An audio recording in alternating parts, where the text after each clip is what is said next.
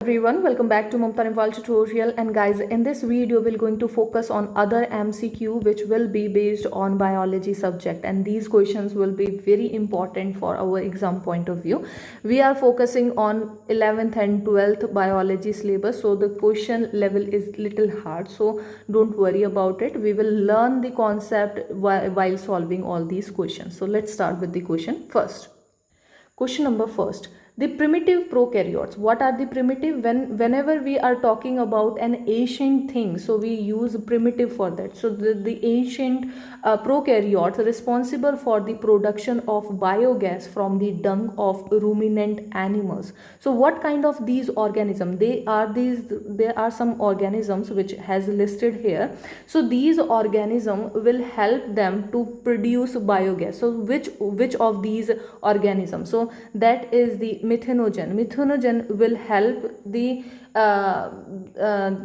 in the production of biogas from the dung of that ruminant. And what are the ruminant? The cow, buffalo, these kind of animals is known as the ruminant animals. So the right answer will be the option number 4, methanogen.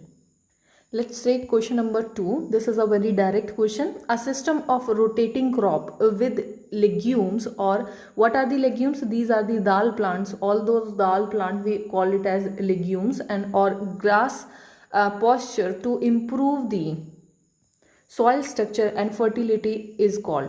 So what mostly people do, we use to rotate those crops. Like if we are growing a legume plant at one time, then in the second time we will grow some other plant, so that the soil structure will improve. Otherwise the same soils, in that soil we taking the same nutrition again and again. Because of that, the nutrition will get decline from that portion. So we require some rotating crops. So what kind of these system, that rotating crops, the farming is known as, that farming is known as the lay farming. So option B will be the correct answer. Let's see the question number 3rd. In mammals, which blood vessels would normally carry largest amount of urea? So in which kind of blood vessels are of 3 types. Like one, we can say arteries, one is the vein, and third we can say that the capillaries. So which of that blood vessels will carry the largest amount of urea into it? So as we know that urea cycle is occur in the liver, so that's why we can say that the blood vessels which carry, or we can say that blood vessels which leave the liver possess a maximum amount of urea into it, and that vein is known as the hepatic vein. So option 4th will be the correct answer. Let's see question number 4.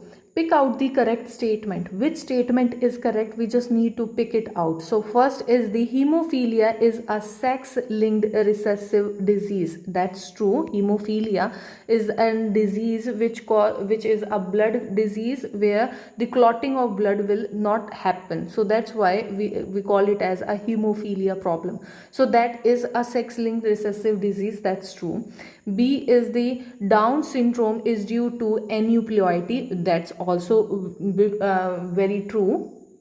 And third option is the phenylketonuria is an autosomal recessive gene disorder. That's also true. So all these first three options are correct options. Sickle cell anemia is an X-linked recessive gene. No, that's not true. So what we can say, that we can say all these three, the A, B, C options are correct. So that's the right answer.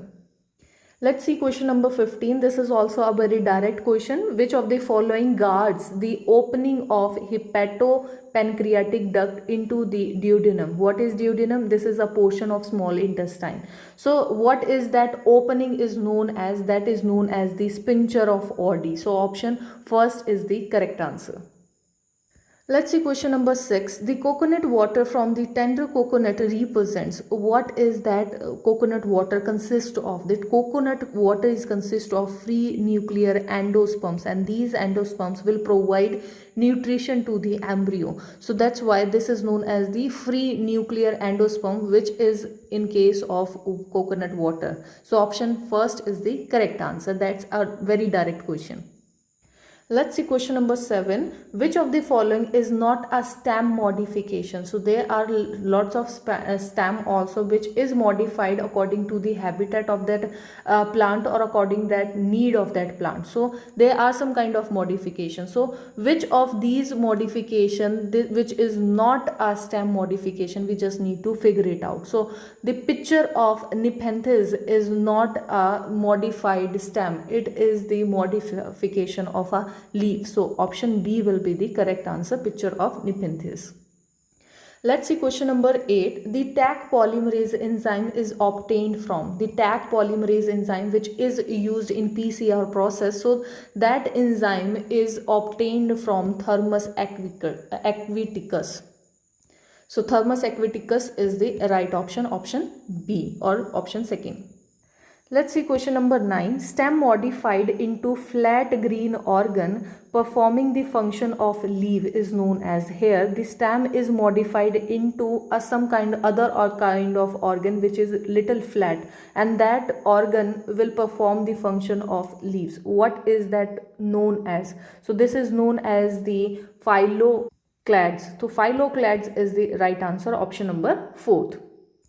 Let's see question number 10. In higher vertebrates, the immune system can distinguish self cell and non-self cells. Obviously, the immune system have this function, or he has the ability to distinguish between our cells, the cells which is present in our body, and non-self cells, which is the outside cells, or we can say that any pathogen.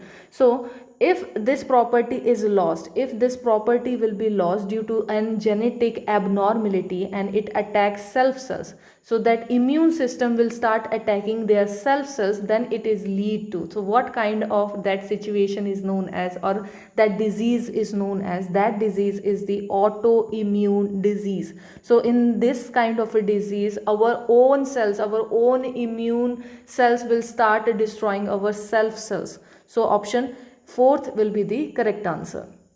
Let's start question number 11. Nomenclature is governed by certain universal rule. What is a nomenclature? This is a kind of a process in which we can name any organism or any plant or animal, anything. If we are naming, then that is known as the nomenclature. So in government, the nomenclature is governed by certain universal rules. So that rules we need to follow while naming any animals or any organism. Which one of the following is a controversy to the rules of nomenclature? So which is not true, we can say that in simplified language, we can say that which is not true for the nomenclature rules, we need to figure it out. So first is the when written by the hands, the name are to be underlined. That's very true. If there is any scientific name, we are writing it by hand, so we need to underline it. This is the first rule, that's true. Second is the biological name can be written in any language. No, we cannot use any language. Only Latin language is being used for writing any nomenclature. So this is the wrong statement. Third is the first word is the biological. First word in the biological name represent the genus name. So first is the genus, as we know that this is through the that we use binomial nomenclature. So we require two words. So first word is the genus name and second word is the specific EPC. That means that is the species name. First is the genus name and second is the species names. That's true. This is also a right statement. The name is written in Latin. Always the name is written in Latin, and this font is also little changed. So that font is italic font we use. That name is written in a italic form. So that is slightly tilted. So if it is typed, then it is written in the italic font. If we are writing it, we require to underline it. So that's true. Which is an controversial rule to that nomenclature is option number 2. So that's the correct answer.